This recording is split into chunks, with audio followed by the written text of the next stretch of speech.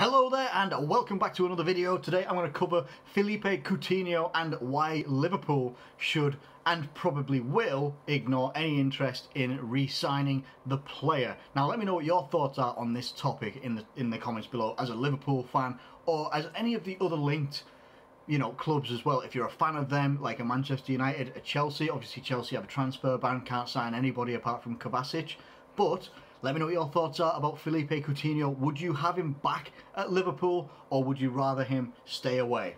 Now let me know in the comments below what you think there. I'm going to tell you my thoughts as straight as a die as I can. If you hear a little bit of a whirring noise, I've got a water cooler on my face because it's boiling right now, but I refuse to not wear a dressing gown because I love them. So, Liverpool should avoid Philippe Coutinho at all costs. And I loved Philippe Coutinho as a Liverpool player. He was fantastic, and I truly felt that if he had stayed around with us, we may not have actually been able to compete and win the trophy that we won this year. Truly, and I absolutely loved him. The fact that we were able to command a £142 million transfer fee for Philippe Coutinho, the fact that we were able to do that was immense, and it also shows it gives credit to the player at that time of just how good he was. And what Barcelona were probably looking at when they bought Coutinho was he was 24 or 25 at the time. He was playing very, very well in a Liverpool system that was accustomed to how he can play, playing on the left or playing in the midfield. He could roam, he could do whatever he wanted, and he was on set pieces most of the time. So he was playing well for us. Now, they probably looked at it and thought, right, he's playing that well there. If we take him and put him in our system with Lionel Messi and Luis Suarez and all the players that are around them, the midfield with guys like Busquets, Rakitic, players that he could really get creative with, they were probably thinking, we're going to invest because he hasn't yet hit his prime. And I still don't believe he has hit his prime. I personally believe he went to the wrong club. I do feel that it was good for us to get that price for Coutinho, and maybe it was. Maybe he thought he saw the writing on the wall that Liverpool weren't going to win trophies or anything like that. And to be honest, if he'd have stayed, maybe we wouldn't have. This is the conundrum. If Coutinho had have stayed with Liverpool, we wouldn't have had this extra 142 million. We wouldn't have had that, which meant that we probably wouldn't have been able to go out there and buy Alisson. It's all a knock-on effect in terms of transfers. We maybe then wouldn't have been able to go out there and get a Fabinho as well. You've got to think about these different factors. Now that if the opportunity arises to be able to take Coutinho back, should we? And I don't think so. I firmly believe in the season that he left as well, from the January onwards, I personally believe that we improved. We didn't necessarily improve defensively at that point, but we didn't have Alisson in. We did get Van Dijk in though, but we didn't have Alisson in goal. We did improve in terms of scoring goals and also being creative as well. People always tend to look at, if we ever get like a 1-1 draw like we did against Leicester in the Premier League last season, people always look at it and say, this is where they miss Philippe Coutinho. That's not the case, because there was many a time when Coutinho could go missing himself. He didn't always have the effect on games. Different players affect different games at different times. You sometimes see Mohamed Salah would be able to grab a game by the scruff of the neck and drive us forward. Sometimes Mane can do it. Sometimes someone else in the midfield, like a Jordan Henderson, a Fabinho, someone in the back line, they can help drag us forward. It's a collective effort. It was less of a collective, if I think that's right, it was maybe less of a collective with Coutinho here. He was seen as, the little magician. He was seen as the talisman of Liverpool. But since he's left, we went on. We brought in Alisson, brought in Fabinho. We'd obviously brought in Van Dijk as well. We brought in brilliant players. Came out with the best defensive record in Europe, and I do believe that that is correct. We came out with the best defence in Europe last season. The record points tally for us, and to still not win the title is still a little bit, it hurts a little bit, but we went out there and we won the Champions League, knocking out Coutinho's Barcelona side. Aside in the second leg, he was 60 minutes a part of that team, and I didn't realise that when I was watching it. I wasn't looking out for what's Suarez doing, what's Coutinho doing. We were 3-0 down on aggregate, and we had to go out there and do our best. I was focused on my team. But when he got substituted in the 60th minute, I didn't genuinely, and I'm not saying it to be harsh, didn't know he was there. Does Barcelona's system suit Coutinho? No, it doesn't. Not at all. Our system was perfect for Coutinho because he could pretty much do what he wanted. He could be creative and free. He could move across the front line and he could go into the midfield and he would be supported. But Barcelona's system is almost like 11 separate positions, like a jigsaw. And you have to perform in your position for the rest of the jigsaw to work. Now, I'm not saying that our system doesn't do that, but we have much more in terms of like drive from the midfield with likes of Henderson, now Fabinho, Gini Wijnaldum, Naby Keita, Oxlade-Chamberlain, these guys that will keep driving and driving and driving.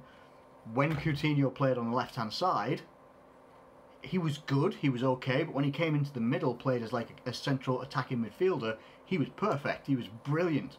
He was on the cusp of being able to focus his attention on the attack, maybe try and score some goals himself or set up someone without the added defensive responsibility. Barcelona don't necessarily play like that. They want everyone to have their job of you work up and you also work back. You go back to front, front to back. That's how they want them to work, and I don't think that Coutinho fits that mould. Apparently, the key words are that they brought Coutinho in to cover for Iniesta going. In my mind, if you look at it from a distance, you could see it as people saying he could be Iniesta in a few years. Totally different players. Totally different players. And if you play him out on the left wing, then you sacrifice having someone like Ousmane Dembele who can play out there as well. Then you have the conundrum of having two £100 million plus players trying to fight for one position. Eventually, one of them's going to give, and I don't believe it'll be Dembele, because I think Dembele actually offers Barcelona a lot more than Coutinho does right now. Where would have been the best club for Coutinho to go to? Genuinely, I don't know. I don't know. You look at, say, Barcelona, probably not. No, it wasn't. Not the right decision. Real Madrid, no. I don't think it wouldn't have been a team that would fit him in very, very well, in my opinion. Anyway, Bayern Munich, possibly. I think they're looking to do a revamp of their own in a few years. But honestly, I think even if you looked at like a Dortmund, I think they've got players that are more talented than Coutinho and that have moved more forward than Coutinho has. And then I'm going to bring it back to Liverpool. Could we fit him in our system? I think you could. I don't think we have to, though. If you know what I mean. I think with how we've been playing this year, I don't think that the system would benefit from having Coutinho in there. And some people might think that's madness. He's a creative player. He was great for us. I'm always of the mindset, and I think about this with Benitez as well. When we sacked Brendan Rodgers, people were saying, let's go out there and try and get Benitez. I'm always a big advocate of once you go from somewhere, you don't go back. Some people might think that's stubborn, but it's never as good as it was the first time. It's just not. Something's different. They've changed. They maybe don't fit. They're not the right fit anymore. I think the same about Benitez. I think the same about Coutinho. I think it would be a massive mistake for Liverpool to go back to Coutinho. And to hit the nail on the head anyway, the talk is, by all of the big Liverpool-linked media, is that we're not going to have an expensive summer. Now, I know we've been told this time and time before. We got told last year we'd pulled out of the race for signing Alisson, and then we went and signed him anyway. You know, we've had these things before, where we get linked, we say we're not going in, and then we go in and we get the player. I totally hear that, but I think there's other positions in this team that need much more priority than our midfield and our left wing. I really, genuinely believe that, honestly, and I think everybody else does that's a Liverpool fan as well. Now, him getting linked to Manchester United, could he fit? I don't know. I don't know. If I'm going to try and look at it objectively and not as a biased Liverpool fan, Coutinho, I don't know where he would fit in that Manchester United team. If I'm thinking about it right now, people might turn around and say, oh, well, you could take Sanchez out of the team. It's like, right, but then you're Manchester United, you'd have two high earners, because Coutinho's on 240 grand a week right now, so you'd be bringing in another high earner who would be looking to reignite his career. Then you have Sanchez, who gets paid like 400 grand a week, who still hasn't reignited his career at all at Manchester United. And then you'd have people like a Martial. What do you do with him? You've got this new lad, the Welsh winger as well. What do you do with him?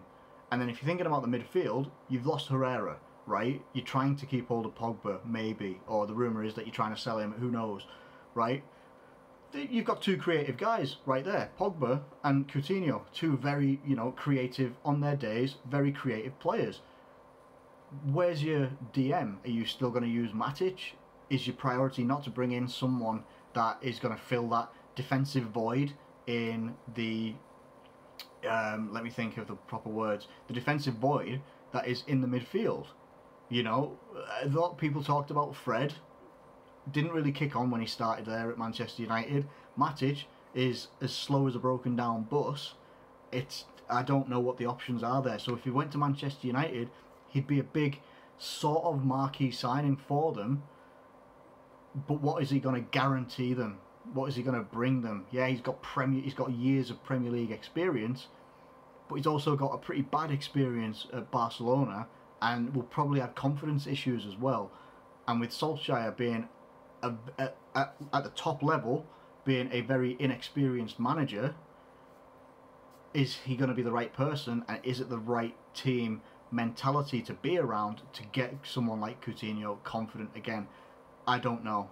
I genuinely wish Coutinho the best, because as a former player he was very good for us. I don't want him back at the club, not out of maliciousness. I just don't think that he would be a fit for us right now, and I don't think it would be a wise investment. Let me know what you think in the comments below. If you've enjoyed this video, please do like it and subscribe if you're new around here. If you've got some thoughts, comments, I will try and interact with you as much as possible in the comments as well. I'd love to get a discussion going with any of you. Thank you so much for watching this video, and I'll catch you later.